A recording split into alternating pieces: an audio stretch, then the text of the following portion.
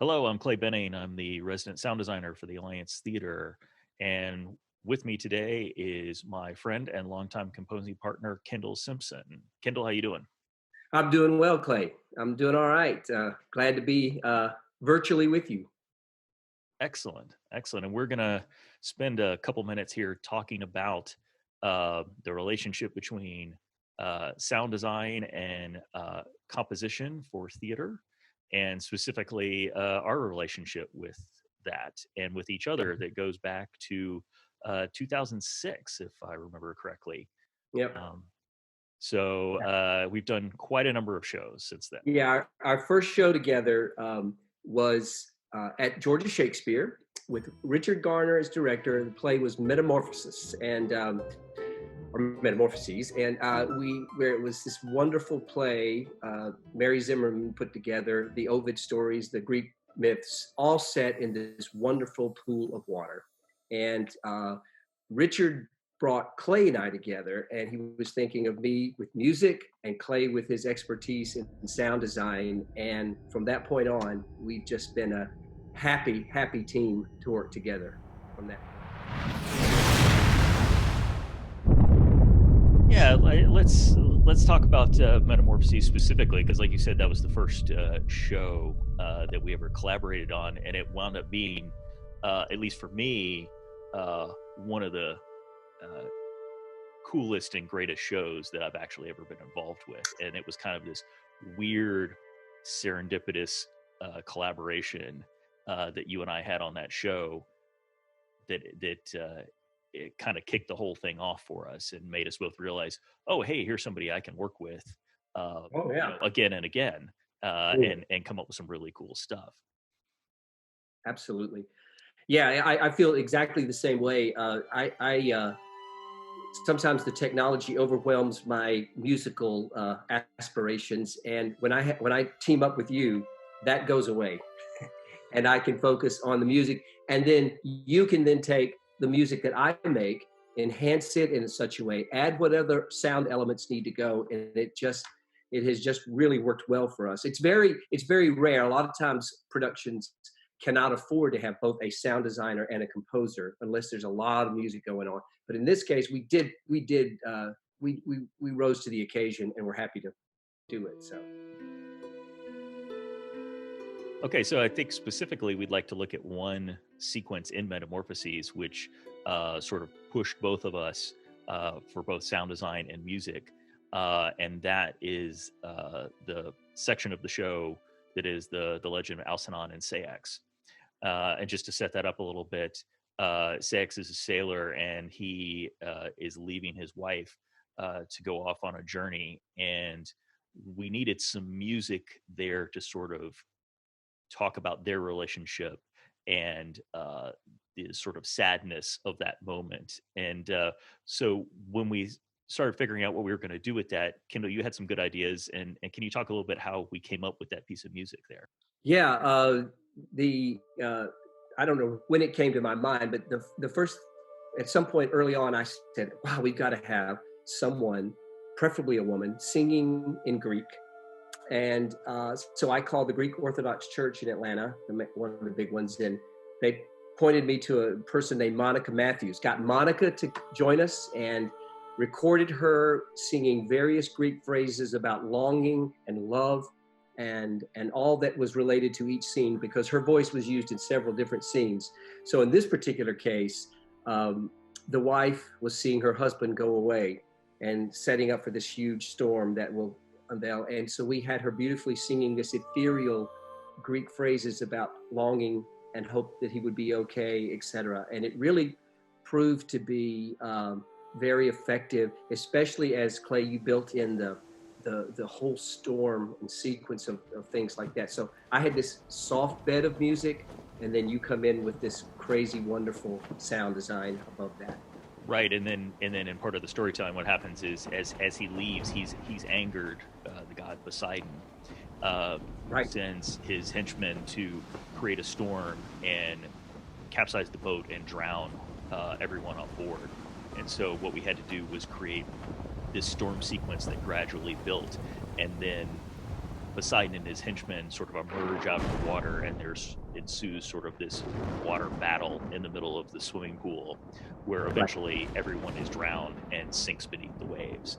And then what's really great is we get down at the very end, and what happens is the music that you created kind of went away, and we created this whole sort of underwater sounding motif. Like the music and everything is now taking place from Yeah. the perspective of the sailors who have Yeah. drowned We have along drowned. the way. Right. Right. Right.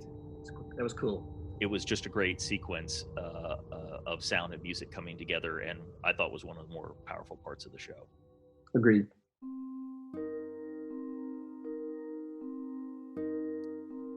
Okay, so I think the next production that we wanted to talk about was, by happenstance, another Greek myth adaptation, Yeah. and that is the production we did at the Alliance a number of years ago of Sarah Ruhl's Eurydice, um, which is a great play and another great opportunity for sound and music.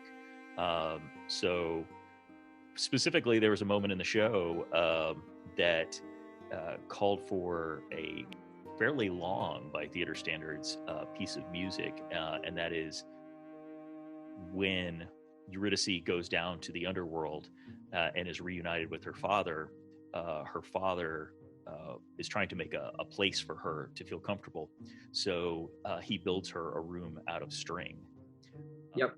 which is kind of a weird concept.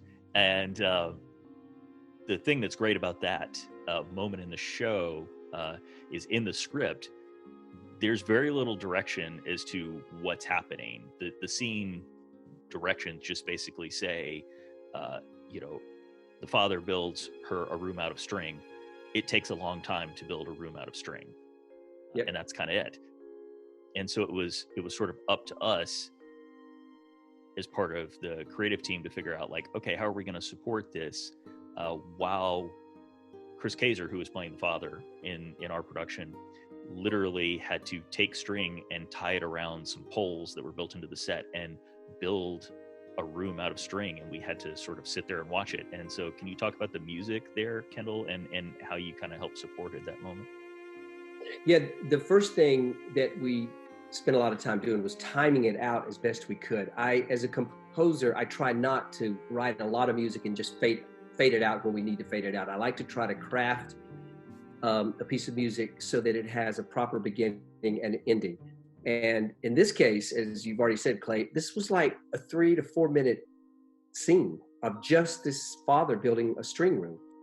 So the key for me was to develop some kind of musical pattern that I could allow to go over a long period of time, have different elements come in and out of it, but that it did not have a climax or an arc that would be distracting to the overall way which Chris was building that string room.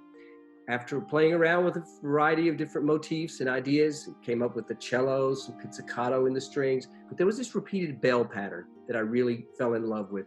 And it was that bell pattern that I never grew tired of.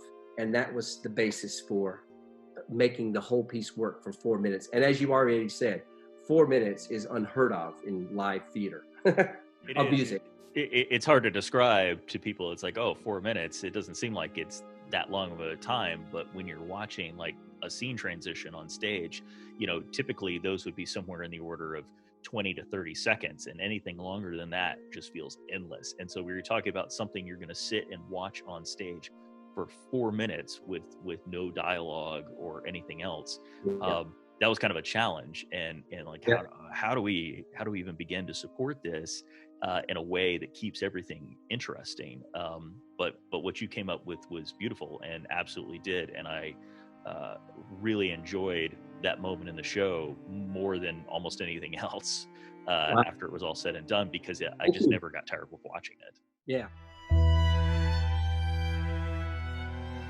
All right, so I think the last thing we wanted to talk about was a future collaboration that we haven't even finished yet, and that is the new production of A Christmas Carol that we're both working on for the Alliance. Yeah, very much looking forward to that. I'm on board as a composer, but mostly an arranger for the different types of music that we'll do. Lots of carols, obviously, And there's other sound elements that are going to be needed in this show, and that's where I'm so again fortunate to have Clay. I'll be focused on the music, which will be live. I'm so excited about that. With working with singers, and right now I'm working mostly with strings and a keyboard. So I'll be writing all this stuff out, making it work, hopefully. And then Clay will be bringing in a whole nother world that you could tell us about as needed for sound design. Yeah, and obviously most people are familiar with Christmas Carol, and we have to have the ghosts, and we have to create another sort of world that happens whenever the ghosts are there. But the way all that has to be integrated with the music, it's a very tight collaboration, so that we're not stepping on what the other person is doing, and we're only supporting that. So right now we're just in the early stages of that conversation because you know, you're Yeah, still working on your arrangements, and right. we're still talking through some of the technical elements and how the tricks are achieved. You know, how the ghosts enter, how they exit, and all those kind of things. So a lot of it is not going to come together uh, for a little while until we start actually teching Right. the show. But uh, it's good to have those conversations early on, and I imagine, you know, part of the process will be you bringing music in, and then I will start layering Mhm. sounds on top of that, and we'll see where we are, so we have a good palette of things before we even go into rehearsal. Well, great. So I think that kind of wraps us up here. But thanks for taking the time to talk about it, Kendall. And I'm sure we'll have a few more things to talk about in the future. Same here, Clay. Thanks so much. And to everybody out there listening, we hope we gave you a little insight about what we do, and look forward to seeing you in the future.